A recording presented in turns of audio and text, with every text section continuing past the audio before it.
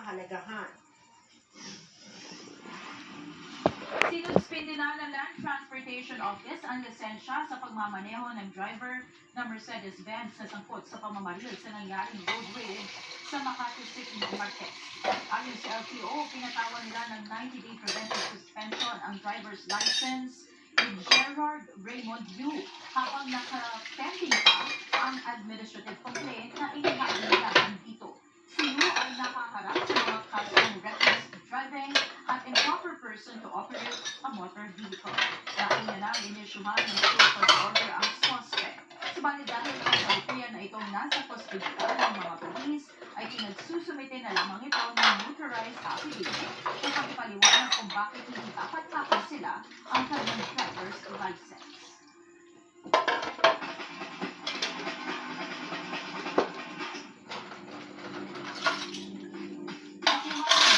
Lady firefighters ang theft straight wig nito matapos bombahin ang SSS Pension Protectors sa second round elimination sa Paco Arena, Manila kahapon. Huwag naman ang PNP Lady Patrollers sa 3-0 laban sa GSA Ensigns. Nangunguna pa rin sa team standings ang ANC Lady Gunner matapos pataudin ang Judiciary Justice Servers sa 3-1. Ito ang balita ni Harry Kaka.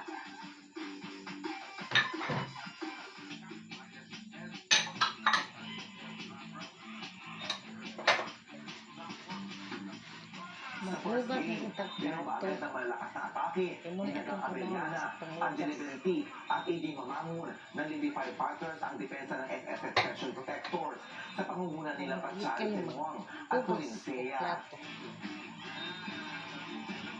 Nakuha ng Lady Firefighters ang unang set sa score na 25-18.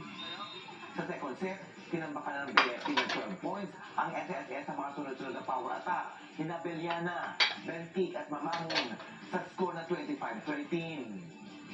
Sa third set, nagsunod-sunod ang struggle ng Pension Protectors sa mga combination play ni Adolfo, Diaz at quick attack ni Mamangon at Abellana ng Lady Firefighters. Panalo sa third set, sa score na 25-14 ang kupunan ng BFP Lady Firefighters. Best player of the game, sigang Abellana ng Lady Firefighters na may 6 attack at 9 service aces. Nasa third spot pa rin ang BFP Firefighters na may 10 wins, 3 losses. What masyado naisip ko yung mga napanalunan ba? Back to zero lagi, parang ganyan. Parang nakakagulang lagi. Yun ang lagi namin i-instill sa utak ko.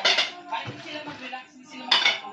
Kasi sila tinutukan namin kasi yung mga nakaraan talagang dami na ng error sa service. So we are trying pa talaga na ma-execute ng mas maayos yung mga plays namin, competition plays.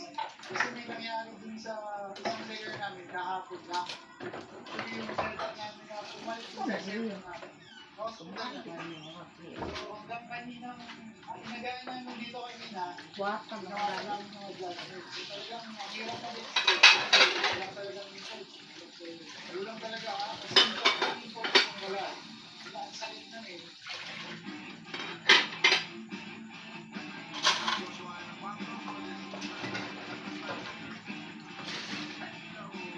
Sa second game, panalo ang PNP Lady Patrollers kontra sa BFP Emisaris sa 3-0. Sa first set pa lang, nasagot na agad din ang bilang Flor Ronquillo, Kia Gomez at Cesar Oliveros ng PNP Lady Patrollers ang BFP Emisaris. Dipensado naman sila Katman Sumpol at Ibon Reyes ng BFP Emisaris, ngunit nakuha pa rin ng PNP ang unang set sa score na 25-21. Sa second set at third set, tinambakan na ng PNP ang BFA sa tulong pa rin ni Ronquillo, Gomez at Oliveros. Nakuha ng Lady Patrollers ang dalawang magkasunod na set sa score na 25-14 at 25-21. Best player of the game, si Cesar Oliveros ng Lady Patrollers na may 12 attacks, 1 service ace. Nasa pangalawang spot naman sa team standing ang PNP Lady Patrollers na may 10 wins at 2 losses. Okay naman ako sa laro nila ngayon kasi buti lang yung ano. Pero sa unang set, medyo maraming error nila nasa-adjust. Lagi naman namin talaga nakapag-check ngayon kasi magpupokas sa kanila sa pass play. Kaya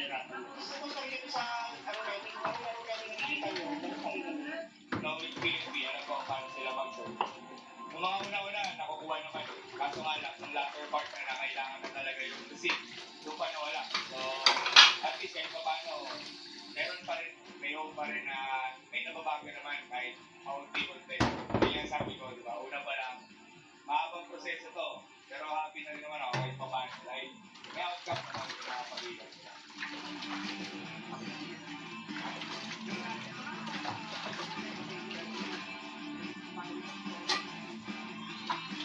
Sa third game, panalo ang AP Lady Gunner laban sa Judiciary Justice Servers sa 3 sets to 1. Sa first set at second set pa lang, nagpaula na ng magkakasunod na power attack sina Yari Yongko, May Maduli at Cheryl Hake sa Judiciary Justice Servers. Binapensa naman ng mga ito sa tulong ni Lerma Tubog at Ibon Reyes. Ngunit nakuha pa rin ng AFP ang dalawang set sa score na 25-20 at 25-13. Sa third set, mabibigat na atake naman ni Yongko at Les Mabayad ng Lady Gunner ang sumanggupa sa Justice Server. Ngunit sa depensahan ito, ni Ani Pesebre at Lerma Tubog kaya nakuha ng Justice Servers ang set 3 sa score na 23-25. Sa fourth set, nagpasabi na nakaliwat ka ng quick at cross-court attack sina Ann Pantino, Madulid at Joy Betinho ng Lady Gunner sa Justice Servers. Natapos ang laban sa score na 25-8. Next pair of the game si Madulid ng AB Lady Gunner na may 10 attacks at 1 block. Nangungulak pa rin sa team standing ang AB Lady Gunner na may 11 wins at 2 losses. Maganda naman yung nakita nila, yung third set lang. Nag-relax lang talaga sila yung third set. Kaya naman nilang mabog. Doon lang yung nag-error. Nawala lang sila yung receipt doon. Yung pagpasok lang ng tao, medyo na-late lang. Same pa rin, kailangan manalo. So, dapat may receive. Siyempre, receive ko mauna para maka-atake ng mga ayos. Thankful po kami kay God at hindi na po kami pinabayaan. Kami nasa kapatid. Mas magiging coordinate sila tayo sa team ng pero although medyo last fight masama yung team kaya nagbabago talaga kailangan yun ang talagang i-focus sa amin gusto ang ikuha naman kailangan medyo mahabol na kalaban o medyo na medyo nilinervous pa ng konti yung medyo tiwala na sa sarili back one corner